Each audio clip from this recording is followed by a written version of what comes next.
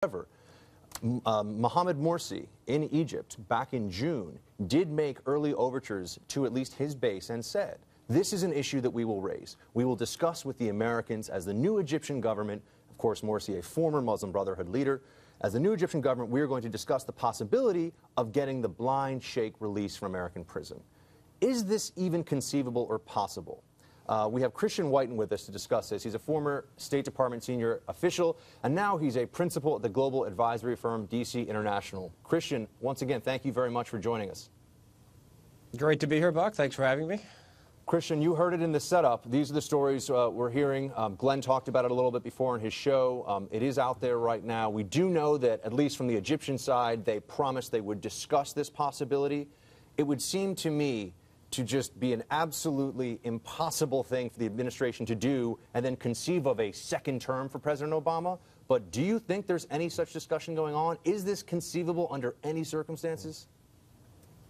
Unfortunately, I think it is, and it's unfortunate because it amounts to negotiating with terrorists, essentially. But after all, this administration was inching closer and closer to some sort of trade of terrorists with the Taliban, so perhaps it's considering the same with Morsi.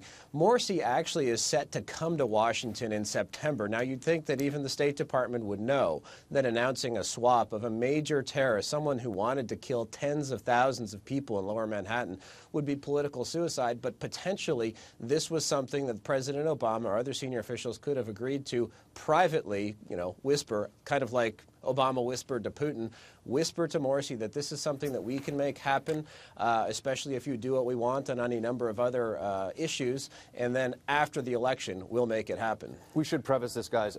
There was, of course, the release of the Lockerbie bomber, to Libya. That did happen. Of course, it wasn't the U.S. government that did it. It was the U.K.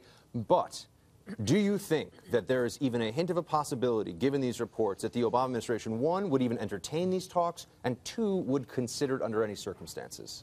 I would have to think politically. I mean, I don't know the inner workings politically. Suicide. Yeah, I can't imagine this would be seriously considered for more than a half a second, if that. No. They'd have to lie about it. I think that within the framework of these discussions, you always sort of have poles that you're moving between. I could see them conceivably raising it as something that they would never actually do, but need in order to achieve something else within that window. But what, as he said, this is political suicide. Wild. Would the State Department entertain this, though? Not the administration specifically. Could they try to, Christian, what do you think? Could they try to sort of by proxy say, look, the State Department has to handle this diplomacy. It's delicate all over the world. There are all kinds of issues.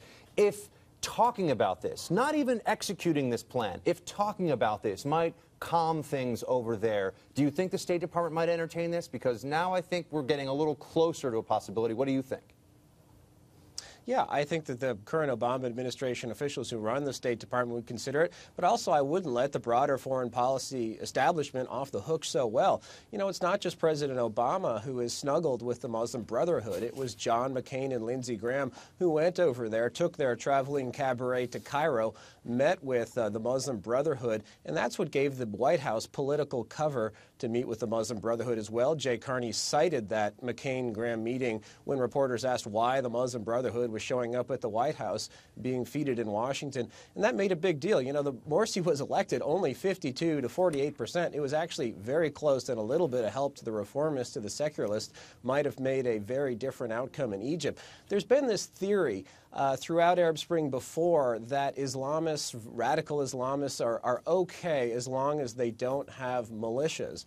But frankly, these Islamists are perfectly comfortable, able and willing to use democracy to kill democracy. We've seen it at work in Lebanon, in Iraq, in parts of Palestine, and then, of course, in Egypt. So, it sounds implausible. I certainly hope it's not happening. I'd like to believe our government isn't this naive. I mean, but if Christian, we need something out of Egypt, some, we have other pressure points. We do have some cases recently of an absolute dearth of leadership, I think, and the case is obviously made. We should bring up Benjamin Netanyahu, Prime Minister of Israel, the case that he felt he had to make in public on Sunday morning talk shows this weekend. Let's play a clip from that.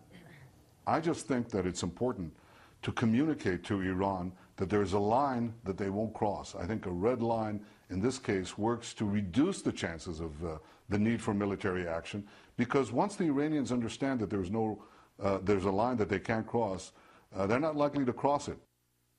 Christian, the obvious assumption there seems to be that he's saying the Obama administration refuses to establish this clear, bright red line that would result in U.S. military action if the Iranians were to get to a certain extent in their nuclear program. Do you think that's a fair criticism? I mean, he's essentially calling out on our Sunday talk shows the Obama administration for a lack of leadership.